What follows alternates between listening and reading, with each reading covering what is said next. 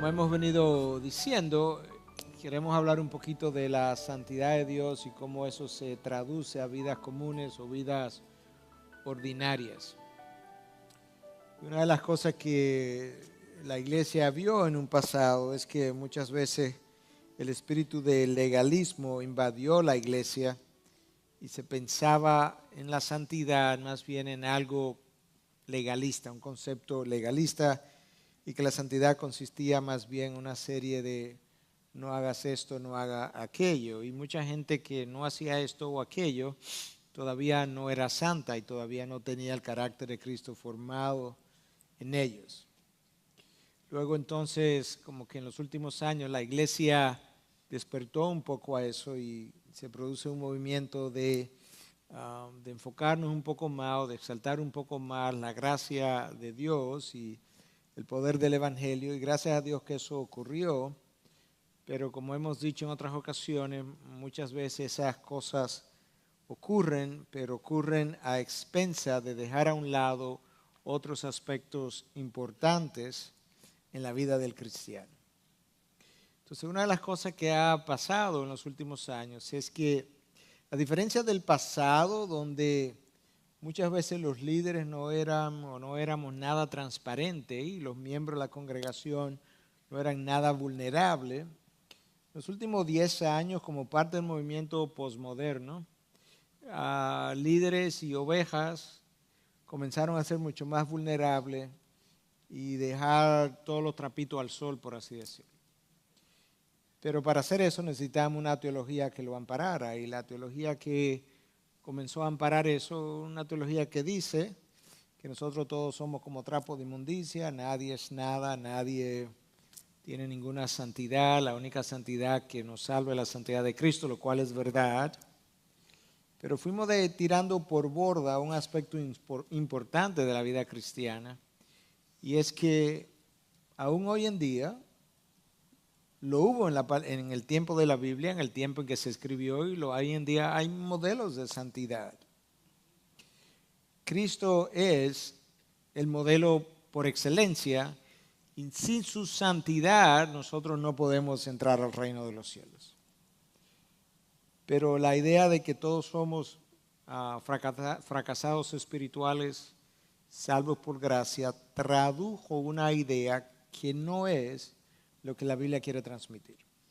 Entonces, en el día de hoy lo que nosotros queremos enseñar es algo que Kevin DeYoung enseña muy bien en su libro, que hemos estado recomendando y exponiendo, y es la posibilidad de ser santos y de complacer a Dios. Hay un sentido en el que solamente Cristo complació perfectamente a Dios. Pero si no hay otro sentido en el que nosotros podemos complacer a Dios, nosotros podemos caer en la vagancia espiritual y pensar, bueno, pues si no podemos complacer a Dios, ¿para qué nos vamos a esforzar? Y eso ha dado lugar a vidas espirituales de poco valor, que es como relativamente nuevo en la vida de la iglesia. Y de eso queremos hablar. Queremos hablar de que ciertamente hay una posibilidad de ser santos y hay una posibilidad de complacer a Dios en nuestro caminar. Aquí hay una frase un poco larga, introductoria, que creo que Kevin usa muy bien y yo quería traerla aquí a colación al principio. Con la mejor de las intenciones, no pierda de vista eso, que ha habido una buena intención. Con la mejor de las intenciones, tendemos a aplastar la visión bíblica de la santidad hasta eliminar la dinámica de la vida con Dios. En un esfuerzo por apropiarnos de nuestra propia pecaminosidad y enfatizar el evangelio de la gracia gratuita, en un esfuerzo bien intencionado de decir, no, es que nosotros todos somos pecadores y todos nos quedamos cortos de su gloria, y a la vez, al apropiarnos de eso, con un esfuerzo también bien intencionado de exaltar el evangelio de la gracia, Kevin dice, hemos removido o removemos cualquier idea de que podemos obedecer a Dios o de que podemos deleitarnos en nuestras buenas obras. Eso suena casi como orgulloso, como que pudiéramos deleitarnos en nuestras buenas obras, cuando estamos cansados de oír que aún nuestras mejores obras son como trapos de inmundicia.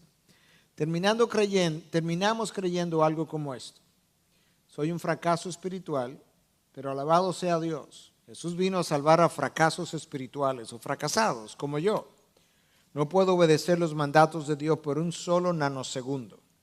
Yo nunca amo a Dios con todo mi corazón, a mi propio prójimo como a mí mismo. Aún mis mejores obras son trapos de inmundicia. Si pudiéramos ver mi corazón, te dieras cuenta de que mis pecados son tan malos como los de cualquiera o aún peor. Yo soy un disparate espiritual, de arriba abajo, infiel a mi fiel Dios. Pero la buena noticia es que Dios me ha salvado por la muerte y resurrección de Cristo. Soy su hijo adoptado, perdonado y limpio. No hay nada que pueda hacer para que Dios me ame más o menos de lo que ya me ama en Cristo.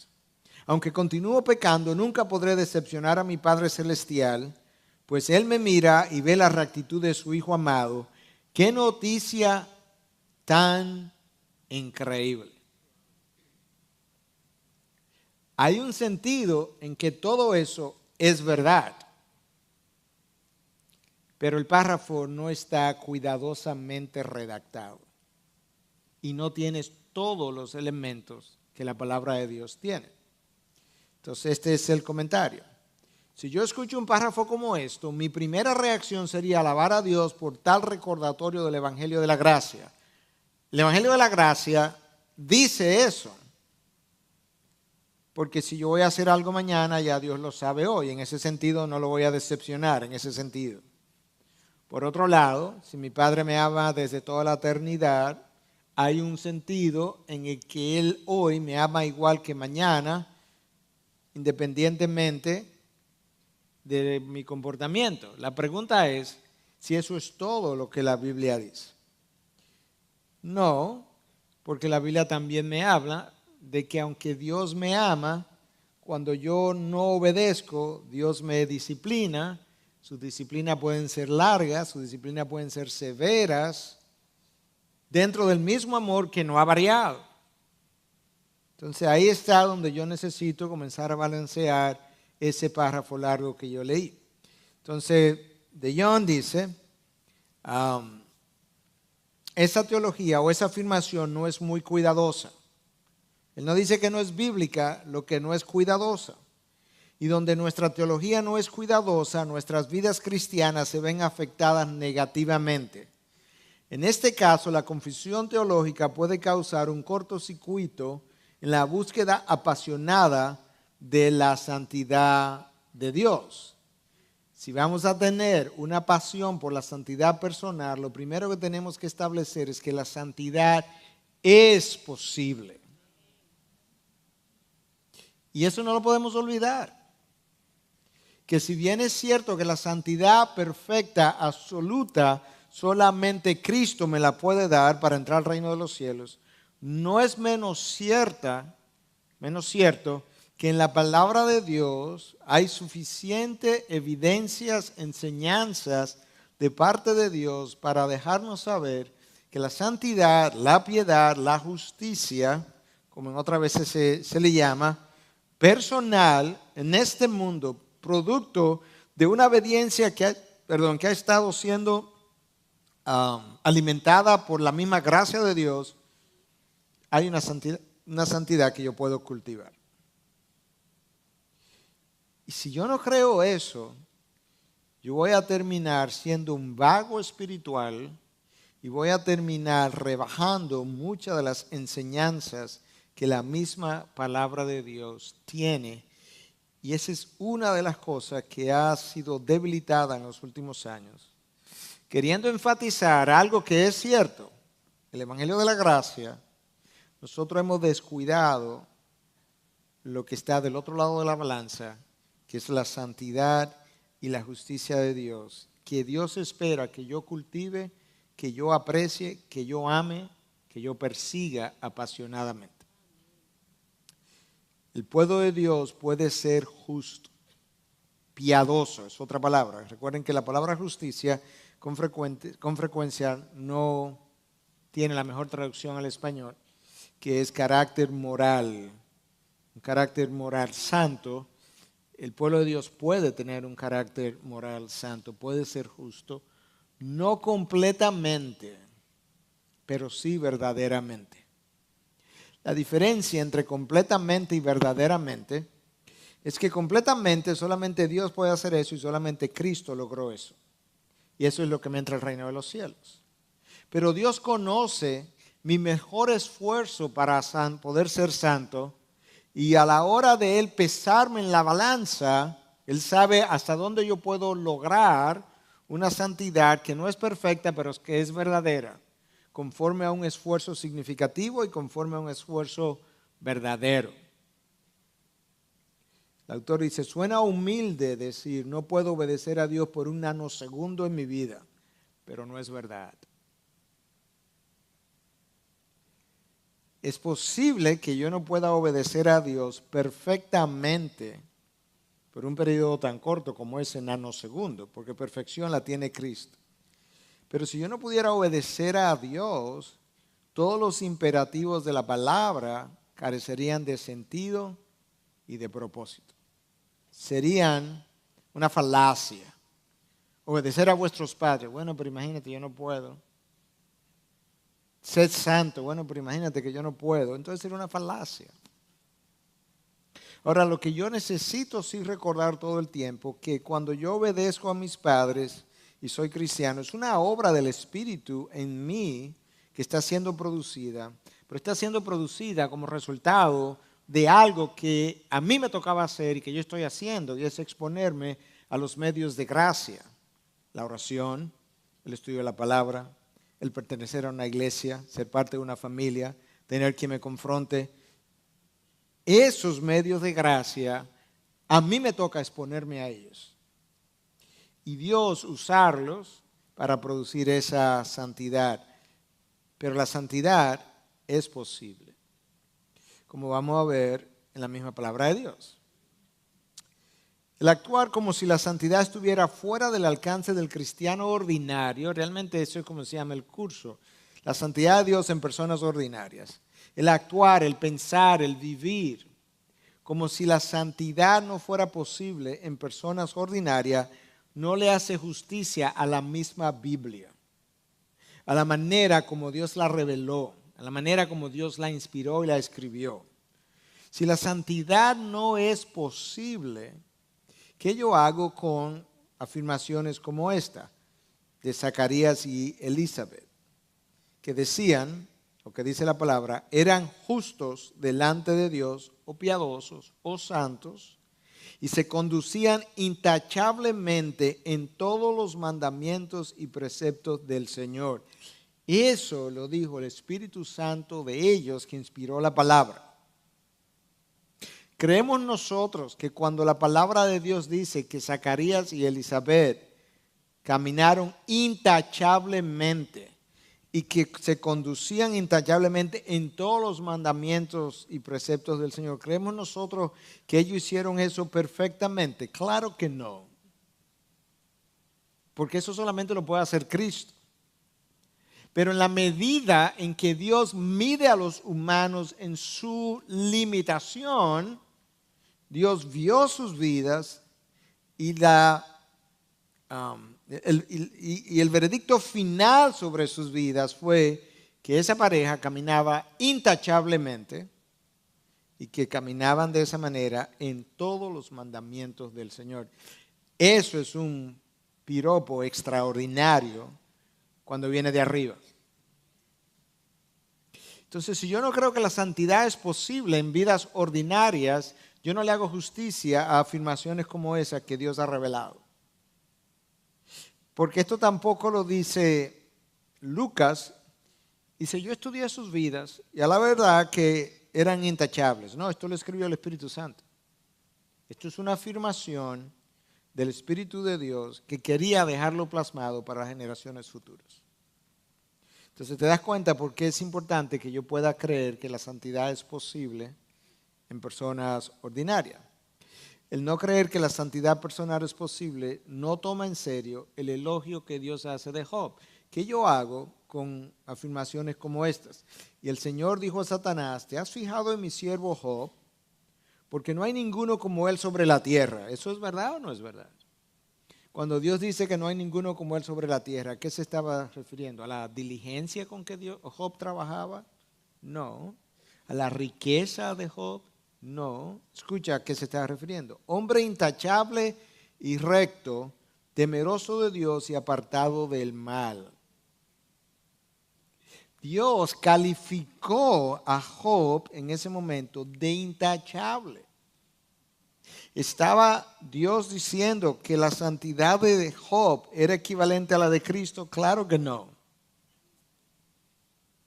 Pero en la medida en que, de la manera como Dios nos juzga, cuando Él vio a Job en su esfuerzo por complacer a Dios, el veredicto de Dios sobre Job fue: ese es un hombre intachable. Y Dios le está diciendo eso a Satanás. Dios le está diciendo: ¿tú sabes qué? Tú conoces más que los humanos. Cierto, hay muchas cosas de ustedes que yo no conozco, pero que Satanás conoce. Y Dios le está diciendo a alguien que conoce más que los humanos, le dice: tú sabes, tú has visto a mi siervo Job, yo te digo que él es intachable. Eso lo dijo Dios. De manera que, una vez más, vidas humanas ordinarias nos muestran que de acuerdo a Dios hay una manera de complacerle y una manera de vivir en santidad que no debe llenarnos de orgullo, porque aún eso es un trabajo que Dios hace en nosotros, pero mientras lo hace en Job, no lo hace en el vecino de al lado, pero no lo hace en Job porque Job es mejor que el de al lado, lo hace en Job porque Job se ha esforzado más que el de al lado, por así decirlo, de exponerse a los medios de gracia, de rendir su voluntad para que Dios haga en él, y el fruto final es un mejor hombre. Y eso es importante, porque el énfasis, como veníamos diciendo en los últimos años, ha sido de que, bueno, todos somos unos fracasados espirituales. Amén, es verdad. Pero de entre los fracasados espirituales hay fracasados espirituales y fracasados espirituales, que son hijos de Dios. ¿Qué es lo que Dios espera? ¿Cuál es la expectativa que Dios tiene de nosotros? ¿Cuál es el estándar que Dios me dice: mira, yo quisiera que tú luzcas así? Vamos a leer algunos pasajes de la palabra. Gálatas 5:22. Mas el fruto del Espíritu es amor, gozo, paz, paciencia, benignidad, bondad, fidelidad, mansedumbre, dominio propio. Vamos a pararnos ahí un momentito. ¿Eso es posible o no es posible? Si no es posible, es una falacia. Porque entonces, ¿para qué me dan un imperativo y yo no puedo cumplir? Ahora, solo yo no lo puedo hacer. Dios produce en nosotros el querer y el hacer. Pero ¿por qué lo produce en uno y no lo produce en otro? Porque hay unos que se exponen a los medios de gracia y someten su voluntad a Dios, y Dios entonces produce ese fruto del Espíritu, y otros se resisten a la exposición a los mismos medios. Son más vagos espirituales que otros. 1 Juan 3:4, todo el que practica el pecado, practica también la infracción de la ley. Pues el pecado es infracción de la ley. ¿Está Juan insinuando que todo el mundo vive en la práctica del pecado? No. Una cosa es pecar, y todos pecamos, y otra cosa es vivir en la práctica del pecado. Eso es otra cosa, completamente distinta, y la palabra lo separa. De hecho, Juan dice, creo que lo vamos a ver un poquito más adelante, que el que vive en la práctica del pecado no ha nacido de nuevo. ¿Está Juan insinuando con eso entonces que el cristiano, una vez nace de nuevo, jamás vuelve a pecar? No. Lo que él no vive es en la práctica del pecado. El pecado no es su forma habitual de vida. Es algo que ocurre porque él tiene una naturaleza pecadora, pero no es algo que él anda buscando, es algo de lo cual él anda corriendo, es algo de lo cual él anda alejándose. De eso es que Juan está hablando. Entonces él dice que si yo no me estoy alejando del pecado y en vez yo vivo en la práctica del pecado, eso milita en contra de mi salvación y afirma mi no nacimiento de nuevo. Mira este otro texto en 1 Juan 3, 9 y 11. Ninguno que es nacido de Dios, ahí está, practica el pecado. Entonces somos sin pecado, no, pero no vivimos en su práctica. porque la simiente de Dios permanece en él. La simiente de Dios permanece en él. Y no puede pecar porque es nacido de Dios. En el contexto no puede vivir en la práctica del pecado. En esto se reconocen los hijos de Dios y los hijos del diablo. Todo aquel que no practica la justicia, no es de Dios. Tampoco aquel que no ama a su hermano. Porque este es el mensaje que habéis oído desde el principio, que nos amemos unos a otros. Pasajes de ese tipo me han ido llevando a la conclusión de que muchas veces nosotros estamos frente a personas que pueden pensar que son cristianas, pero no lo son. Y el criterio es su práctica de pecado. Hay un pecado continuo en el que continúan en esa práctica y del cual no salen y que militan contra su nacimiento de nuevo. Porque ¿dónde está la simiente de Dios? El Espíritu Santo en su interior que le da convicción, que lo frena, que le da, que le señala, que lo acusa. Entonces de eso es que está hablando Juan. Y eso apoya lo que venimos diciendo, que la santidad es posible, número uno, y número dos, eso es lo que Dios espera de nosotros. La palabra de Dios nos dice algo más.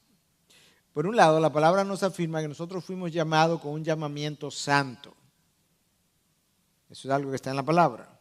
Y luego, Pablo le escribe a los Efesios y le dice, yo pues, prisionero del Señor, os ruego que viváis de una manera digna de la vocación con que habéis sido llamados. ¿Cuál es mi llamado?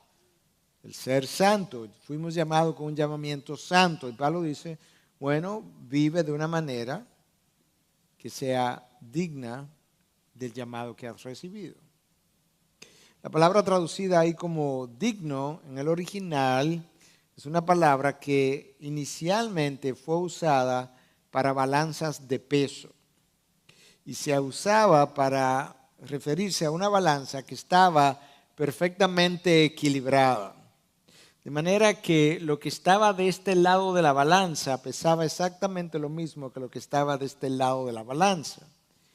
Por tanto, cuando Pablo nos dice que nosotros debiéramos vivir de una manera digna de la vocación con la que fuimos llamados, lo que él me está diciendo, si de este lado Dios te dio un llamado santo, de este lado, cuando tú vayas a vivir, tu vida debe aparearse, en inglés sería match, lo que está de este lado.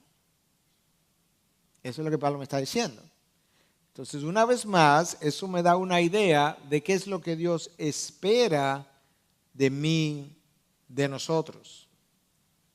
Para poder entonces hablar de que la santidad, por un lado, es posible. Y como vamos a ver en un momento, y complacer a Dios es posible.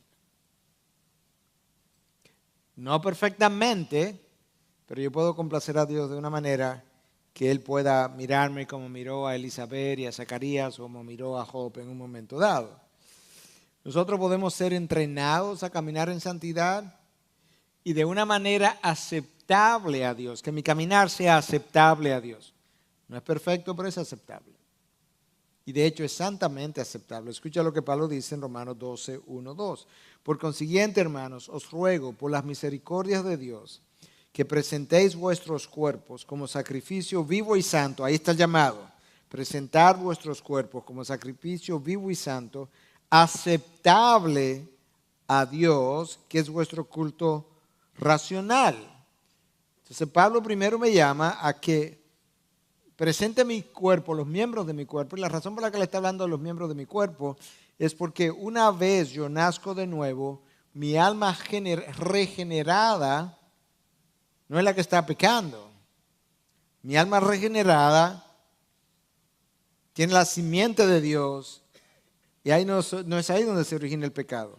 El pecado se origina, como Pablo explica en Romanos 6, en los miembros de mi cuerpo. En los miembros de mi cuerpo que, como pertenece a una naturaleza todavía caída, tiene deseos pecaminosos. Y yo lo ilustré una vez en una clase que estábamos dando y decía que tú tomas a una persona lujuriosa, eso es un pecado, voy a usar un término médico, tú castras a esa persona y tú le curas la lujuria. Porque está hormonalmente mediada esa lujuria. Los miembros de mi cuerpo caído tienen deseos pecaminosos. Entonces Pablo dice, presentad los miembros de vuestros cuerpos como sacrificio vivo y santo, aceptable a Dios. Lo que implica que yo puedo vivir de una manera que complace a Dios. El que Dios me ve, se complace y yo soy aceptable a su presencia. La salvación yo no la puedo obtener, yo no puedo obtener una vida vivida tan santamente por mí mismo que esa vida entonces es aceptable para salvación. No, estamos hablando que yo soy acepto ante la presencia de Dios por el sacrificio perfecto de Cristo, el único, y su vida perfecta. Pero una vez yo he sido hecho acepto delante de Dios, ya como su hijo, yo puedo vivir de una manera que es aceptable a Dios, de una manera que soy disciplinable para Dios. Esa es la diferencia de eso que estamos hablando. ¿Me van entendiendo? Ok, good. Seguimos. La santificación siempre será imperfecta en esta vida. Recuerde eso, siempre será imperfecta. Pero el hecho de que la santificación sea imperfecta no dice que la santificación siempre será inaceptable para Dios. No lo es. Nuestras buenas obras son aceptadas por Dios no porque son intachables, que Dios no encuentra absolutamente nada malo con ellas. No, sino porque Dios está complacido a través de Cristo para aceptar nuestra obediencia sincera. Ahí está la clave. Este es el estándar perfecto de Dios, ¿okay? Donde yo no llego. Este es el estándar al cual un ser humano pudiera llegar en su obediencia sincera y esforzada. Y aquí está el estándar de Dios. Esa diferencia la llena Cristo en la cruz, con su vida perfecta. Pero Dios no espera que si yo puedo vivir y debo vivir una vida de santidad ayudada por su Espíritu que mora en mí a este nivel, Dios no espera que yo la viva a este nivel y que cuando yo la viva a este nivel, Él esté complacido conmigo de la misma manera que Él está complacido conmigo cuando la vivo a este nivel. Eso no tiene lógica. Ahora en Cristo puede ser que el que le está viviendo a este nivel y a este nivel terminen salvo los dos, porque es después de ser salvo que estamos hablando. Pero el que está aquí frecuentemente es disciplinado y el que está aquí frecuentemente es bendecido en su vida. Hay una diferencia, como vamos a seguir viendo. Muchos de nosotros hemos oído por años que nuestras mejores obras son trapos de inmundicia, basado en Isaías 64:6. La pregunta es, si eso es verdad, siempre, ¿para qué tratar de hacer buenas obras? Si a la hora del none, como dicen, van a ser trapos de inmundicia. Número uno. Número dos, si nuestras mejores obras son trapos de inmundicia todo el tiempo, en el mejor de los casos, en todas circunstancias, y de cualquier ángulo que yo las vea, entonces ¿para qué dice Efesios 2:10 que fuimos creados a hechura suya para hacer buenas obras que Dios preparó de antemano y que anduviésemos en ella? Entonces Dios preparó de antemano obras, trapos de inmundicia para que yo ande en ella. No, no puede ser. Entonces el trapo de inmundicia tiene que tener un contexto y las obras que Dios preparó de antemano, que son buenas obras para que yo ande en ella, tiene que tener otro contexto. Pero tiene que haber buenas obras en las que yo puedo andar, que Dios preparó y que no sean trapos de inmundicia. Entonces vamos a hablar un poquito de eso. Isaías 64:6 dice, todos nosotros somos como el inmundo y como trapo de inmundicia. Todas nuestras obras justas, todos nosotros nos marchitamos como una hoja y nuestras iniquidades como el viento nos arrastran. Si yo tomo ese solo versículo, eso implica que no, esta clase que estoy dando ahora es un trapo de inmundicia. Pues ¿para qué la voy a dar? Mejor no la doy. Sería altamente deprimente pensar en eso. O cada predicación del domingo. O sea, ¿cuál es el contexto? ¿A quién le dijo Dios eso? ¿Cuándo se lo dijo? Yo tengo que preguntarme eso. Entonces, mira, yo te voy a leer el versículo inmediatamente anterior al que yo acabo de leer. Isaías 64, versículo 5, que es el anterior. Sales al encuentro del que se regocija y practica la justicia. Ese es Dios. Dios sale al encuentro del que practica la justicia y del que se regocija y practica la justicia. De los que se acuerdan de ti en sus caminos. Pues ese no puede ser igual al de trapo de inmundicia. He aquí te enojaste, ahora que hay otro grupo, porque pecamos, continuamos en los pecados por mucho tiempo y seremos salvos. Dios está hablando al pueblo de Israel, a la nación de Israel, y a esa nación le está diciendo en un momento dado, cuando yo examino lo que haces, aún a nivel del templo, tus mejores obras serían tu sacrificio a mí, tus fiestas religiosas. Cuando yo lo examino, son un trapo de inmundicia por la manera como las llevan a cabo. Es ese mismo Dios, a esa misma nación, en un tiempo similar, que le dice que alguien me cierre las puertas del templo. No quiero que me ofrezcan sacrificio. Mira una pincelada, todavía en el mismo capítulo de Isaías 65, no el 64 que yo leí, sino el 65, y nos da una idea. Extendí mi mano todo el día hacia un pueblo rebelde, que anda por el camino, que no es bueno, en pos de sus pensamientos. Un pueblo que de continuo me provoca en mi propio rostro, sacrificando en huertos y quemando incienso sobre ladrillos, que se sientan entre sepulcros y pasan la noche en lugares secretos, que comen carne de cerdo y en su olla hay caldo de carnes inmundas. Y a ese pueblo que cuando viene, luego de hacer eso de lunes a viernes, el sábado, en el día de reposo, viene el templo del Señor, el templo del Señor, el templo del Señor, y Dios le dice, sus mejores obras son un trapo de inmundicia, idólatras.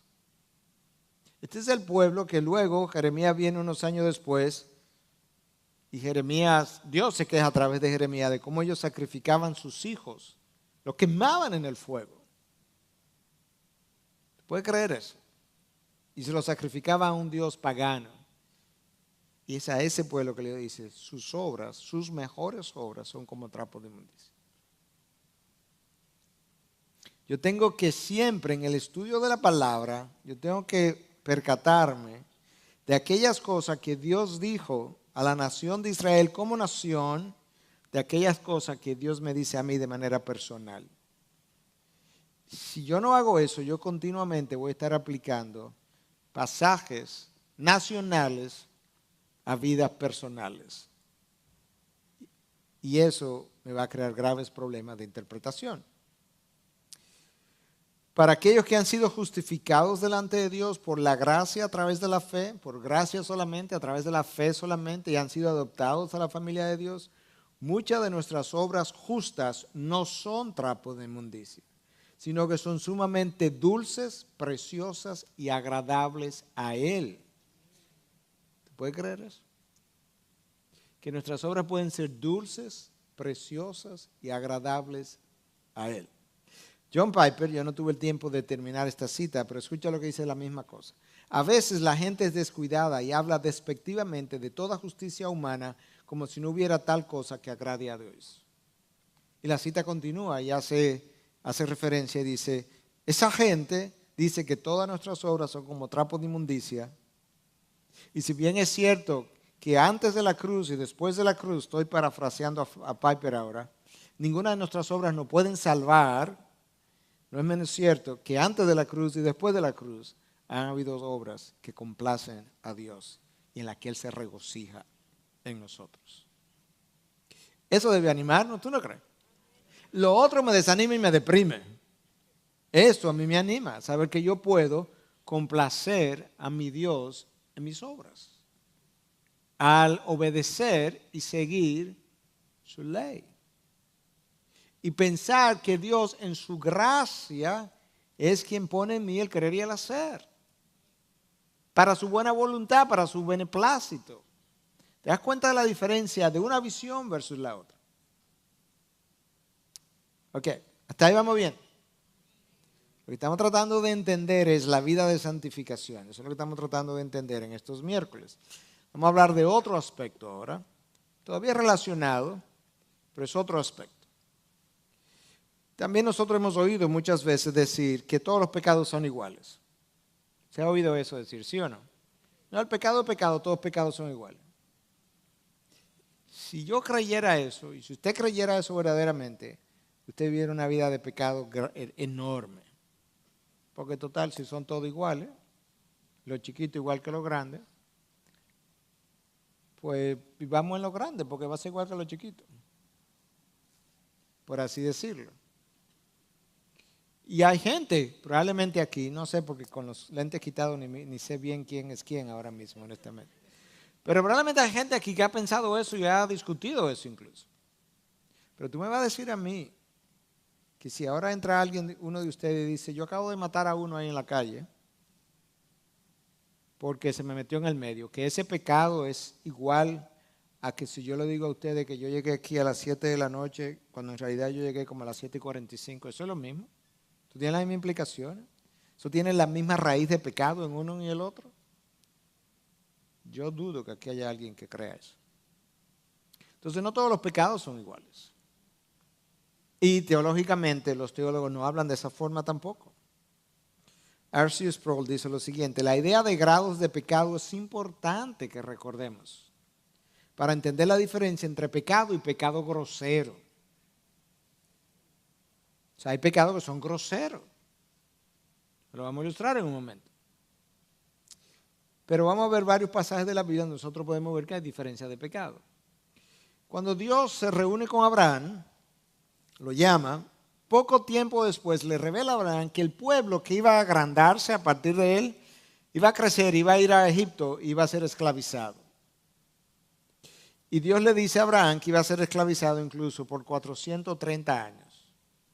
Y después él iba a ser liberado. Entonces, cuando lo liberara, le iba a dar una tierra prometida. Cuando el pueblo fuera liberado, Dios lo iba a llevar a la tierra prometida e iba a usar al pueblo para castigar a las tribus que estaban en la tierra prometida, de manera que la invasión del pueblo hebreo hacia la tierra prometida era una dádiva para el pueblo hebreo, pero representaba un castigo para las tribus que estaban ahí. Por eso Dios lo estaba trayendo uno contra el otro. Pero ¿por qué esperar 430 años para hacer eso? Dios se lo reveló a Abraham, escuche. Y en la cuarta generación de ellos, del pueblo judío, regresarán acá. O sea, el pueblo judío está en Egipto, pero Abraham está en Canaán, en el momento que Dios le está hablando. Y le dice Dios, ellos van a bajar a Egipto, lo van a esclavizar. En la cuarta generación van a regresar aquí a Canaán, que es la tierra prometida. Porque hasta entonces no habrá llegado a su colmo la iniquidad de los amorreos. En otras palabras, ahora mismo en la tierra prometida están los amorreos. Ellos están pecando y yo lo voy a dejar que sigan pecando. Pero yo no lo voy a desplazar y misericordiamente como lo voy a hacer cuando el pueblo se mueva para allá, porque todavía no han pecado al máximo. Cuando su pecado llegue al máximo, le llegó el tiempo de su justicia. Entonces hay grados de pecado. Esa es una manera de verlo. En el libro de Números, capítulo 15, 29 y 30, Dios habla de diferente castigo para el que peca inadvertidamente y el que peca, dice la traducción al español, con desafío. Que peca en buen cibaeño a pota. Te lo dije, sí, yo sabía que era pecado, pero lo hice. Eso es distinto a aquel que pecó y después que pecó dijo, ¡ah! Wow. O descubrió porque alguien vino y lo confrontó. ¿Tú sabes lo que tú hiciste? ¿Tú sabes lo que dijiste? Oh, wow, sí, ¿verdad? Los castigos son distintos. Entonces, obviamente hay grados de pecado. Compara el mandato en Efesios 6:4. Padre, no exasperéis a vuestros hijos a la ira, con lo que Dios dice a través de Jeremías, que el pueblo estaba sacrificando y quemando a sus hijos en el fuego algo, dice Dios, que a mí ni me pasó por la mente. Cuando Dios dice que una cosa no le pasó ni por la mente, tú sabes que es grande la cosa. Entonces, ¿qué resulta? Que esta tarde a uno de ustedes se le fue la chaveta con uno de sus hijos y lo disciplinó de una manera que Dios consideró pecaminosa, porque le habló mal. Pero supongamos que este era el tiempo del pueblo judío en esa época. Y otro de nosotros acaba de venir de sacrificar un hijo a Molec en el fuego. Ambos han pecado contra sus hijos. ¿Usted piensa que eso es la misma cosa? ¿Usted piensa que hay el mismo grado de depravación el que ofreció su hijo a Molec en el fuego que el que simplemente se le fue la chaveta en un llamado de atención? Claro que no. ¿Usted piensa que los 6 millones de judíos que Hitler sacrificó, ese pecado y ese grado de corrupción en su corazón, es el mismo grado de corrupción que cuando usted quizá dijo algo inapropiado a su hijo? Claro que no. En el día del juicio hay diferentes tratamientos. Dios lo anuncia, lo hemos visto en el Evangelio de Marcos incluso. Hay Bethsaida, Corazín. Te digo que si en Sodoma y Gomorra se hubieran hecho los milagros que se han hecho en ti, se hubieran arrepentido. Por tanto, en ese día será más tolerable para ellos el castigo que para ti. Grados de castigos.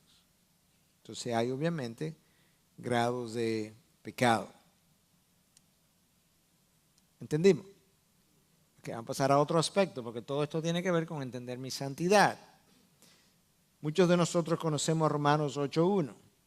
Por consiguiente, no hay condenación para aquellos que están en Cristo Jesús. ¿Creemos eso? Absolutamente. Sí, no hay condenación. No hay, es un negativo, no hay condenación. Pero sí hay disciplina para los que están en Cristo Jesús. Yo tengo que recordar eso. No hay condenación en el sentido judicial. Si ya yo estoy en Cristo, yo no pierdo mi salvación en el sentido judicial. Pero sí hay disciplina para los que están en Cristo Jesús. De hecho, si recibo disciplina, esa es la evidencia de que estoy en Cristo Jesús.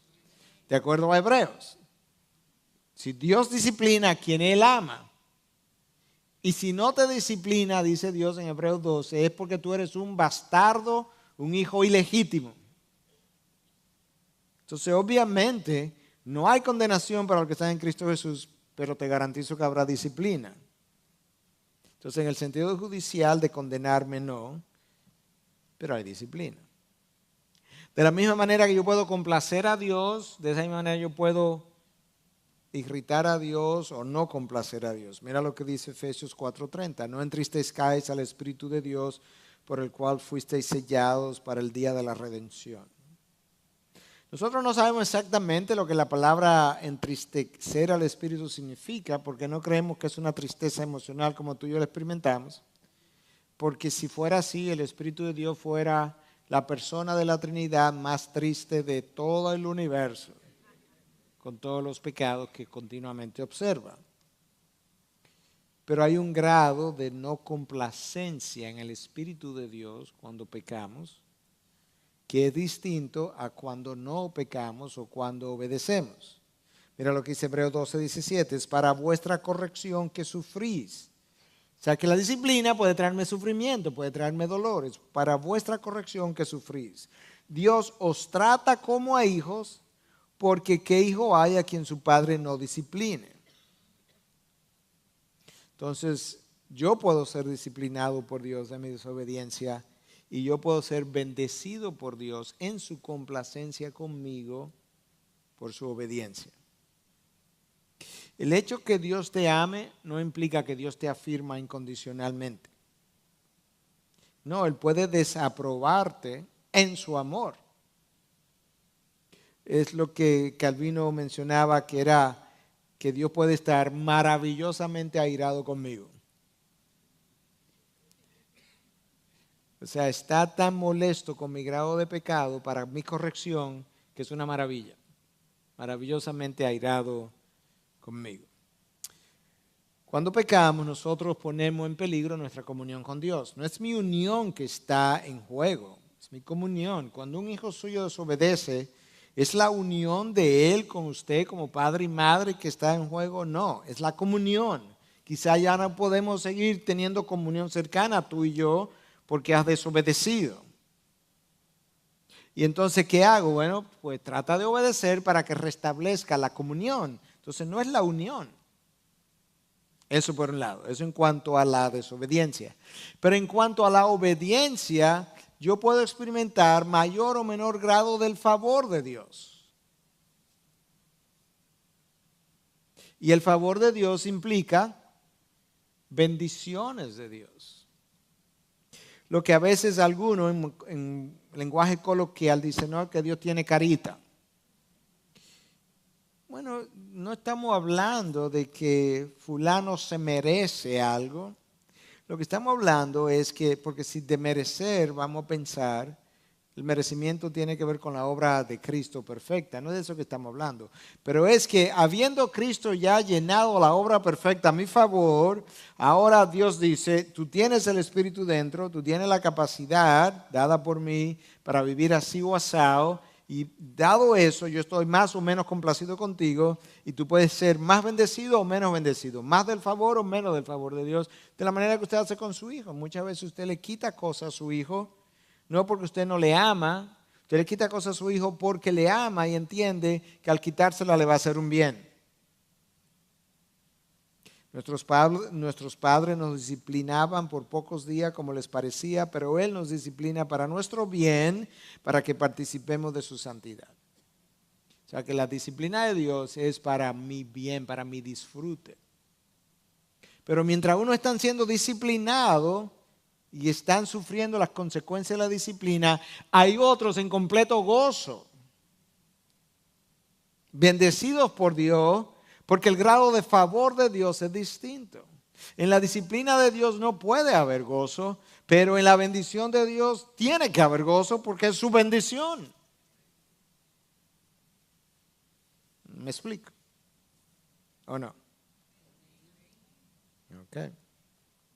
La Confesión de Westminster dice, aquellos que han sido completa e irrevocablemente justificados, los salvos, puede que por sus pecados caigan bajo el desagrado paterno de Dios y pierdan el sentido de su presencia con ellos hasta que se humillen, confiesen sus pecados, pidan perdón y renueven su fe en arrepentimiento. Muy bien, eso es un párrafo bien articulado. Aquellos que han sido completa e irrevocablemente justificados, aquellos que son salvos para siempre, puede que por su pecado caigan bajo un periodo de disciplina paterna, de desagrado, le llama la Confesión de Fe, de 1646 de Westminster, y que pierdan ese sentido de la presencia de Dios hasta que yo me arrepienta, me humille, pida perdón, confiese. O sea que hay una manera de yo restituir mi comunión con Dios. Algo más antes de terminar esta noche. Cuando tú caminas con Dios, sabemos que es la gracia de Dios que te está facilitando tu caminar en santidad. Sin ser orgulloso, porque no te pueden enorgullecer de algo que es Dios que se está ayudando a hacer, de principio a fin. Sin ser orgulloso, tú puedes conocer que está caminando en santidad, sin sentirte orgulloso. No porque yo lo diga, porque si yo lo diría y no tengo aval bíblico, no lo crea, porque quién sabe si es verdad o no. Pero yo quiero mostrar un par de pasajes de la Biblia. El apóstol Pablo escribe en 2 Corintios, versículo 1, o 2 Corintios, realmente nosotros estamos muy acostumbrados a decir 2 Corintios, pero realmente como se está tratando de promover en los medios últimamente, esto es 2 Corintios. 2 Corinth, como dicen en inglés, 2 Corinthians, o 2 Corintios. Porque nuestra satisfacción es esta. Escucha desde el principio, Pablo está satisfecho. Nuestra satisfacción es esta. El testimonio de nuestra conciencia que en la santidad y en la sinceridad que viene de Dios, no en sabiduría carnal, sino en la gracia de Dios, es de Dios que viene, nos hemos conducido en el mundo y especialmente hacia vosotros, como en santidad. Pablo dice, yo estoy satisfecho. Nuestra satisfacción es saber que en la sinceridad y en la santidad que Dios ha derramado sobre mí vía su gracia, yo he caminado así delante de ustedes, yo estoy satisfecho. O sea que yo puedo saberlo. Escucha Pablo en 2 Corintios 4:2. Hemos renunciado a lo oculto y vergonzoso, no andando con astucia ni adulterando la palabra de Dios, sino que mediante la manifestación de la verdad, escucha ahora, nos recomendamos a la conciencia de todo hombre en la presencia de Dios. ¿Qué es lo que Pablo está diciendo? Nosotros hemos renunciado a adulterar la palabra y yo tomo mi vida y te la ofrezco a tu conciencia para que la examine. Nos recomendamos a tu conciencia. ¿Te piensa que Pablo está diciendo eso orgullosamente? No, yo creo que Pablo está diciendo, yo me he rendido al Señor, yo he vivido de esa manera y sabes que aquí está mi vida, revísala. De manera que yo puedo caminar en santidad y puedo saber que estoy caminando en santidad. El peligro está en que yo me enorgullezca cuando yo crea que eso lo he producido yo. Eso es Dios, a través de los medios de la gracia. Y finalmente, mira lo que dice Pablo en el libro de los Hechos, antes de apelar al César. Bueno, ya había apelado al César, pero estaba esperando que lo llevaran, lo transportaran a Roma. Por esto yo también me esfuerzo por conservar siempre una conciencia irreprensible delante de Dios y delante de los hombres. Eso no es un poco una afirmación chiquita. Pablo nos dice, yo me estoy esforzando por tener una reputación irreprensible. Él no está diciendo eso. Él está diciendo, yo me estoy esforzando por tener una conciencia de cosas que nadie sabe, que nadie me ve, pero mi conciencia es irreprensible. Escucha las palabras de Pablo, delante de Dios. Eso es grande ese vocabulario. Y delante de los hombres. Me esfuerzo, cuesta esfuerzo, por conservar, en otras palabras, parece que ya la había alcanzado, siempre una conciencia irreprensible delante de Dios y delante de los hombres. En otro momento, cuando él escribe a los Corintios, le dice, mi conciencia está tranquila. Ahora, no porque yo tenga la conciencia tranquila, dice que yo estoy libre de culpa, yo tengo que esperar al juicio final a ver lo que Dios dice. Si él sabe que él tiene una valoración de su caminar, que hasta donde él entiende, él está bien. Pero como él nunca saca a Dios de la ecuación, dice ahora, eso no quiere decir que yo esté libre de culpa, eso va a haber que esperar el día final a ver qué Dios me dice.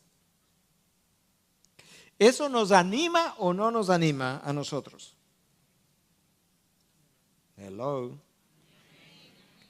Porque eso me dice a mí que la santidad es algo posible.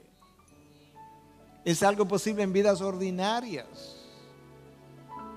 Lo que yo no puedo es enorgullecerme de algo que depende del trabajo de Dios en mí, por su gracia, por su espíritu, por su palabra, por la oración, por la iglesia donde Dios me pone, por la enseñanza de la palabra, la meditación de la palabra, los medios de gracia. Pero es posible. Entonces eso me esfuerza, me ayuda a esforzarme por cultivar algo en lo que quizás yo estaba dejando que pasara por osmosis.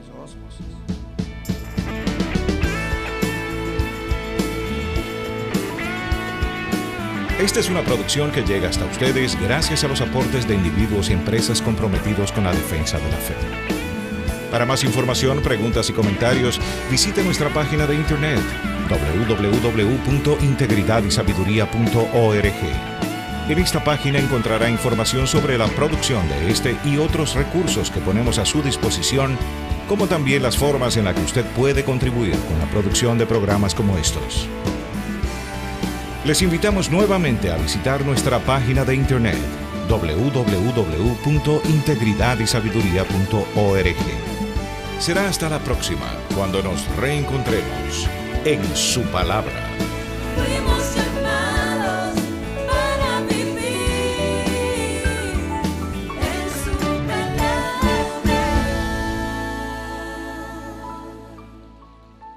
La Biblia quiere transmitir. Entonces, en el día de hoy lo que nosotros queremos enseñar es algo que Kevin DeYoung enseña muy bien en su libro que hemos estado recomendando y exponiendo, y es la posibilidad de ser santos y de complacer a Dios. Hay un sentido en el que solamente Cristo complació perfectamente a Dios. Pero si no hay otro sentido en el que nosotros podemos complacer a Dios, nosotros podemos caer en la vagancia espiritual y pensar, bueno, pues si no podemos complacer a Dios, ¿para qué nos vamos a esforzar? Y eso ha dado lugar a vidas espirituales de poco valor, que es como relativamente nuevo en la vida de la iglesia. Y de eso queremos hablar. Queremos hablar de que ciertamente hay una posibilidad de ser santos y hay una posibilidad de complacer a Dios en nuestro caminar. Aquí hay una frase un poco larga, introductoria, que creo que Kevin usa muy bien y yo quería traerla aquí a colación al principio. Con la mejor de las intenciones, no pierda de vista eso, que ha habido una buena intención. Con la mejor de las intenciones, tendemos a aplastar la visión bíblica de la santidad hasta eliminar la dinámica de la vida con Dios. En un esfuerzo por apropiarnos de nuestra propia pecaminosidad y enfatizar el evangelio de la gracia gratuita, en un esfuerzo bien intencionado de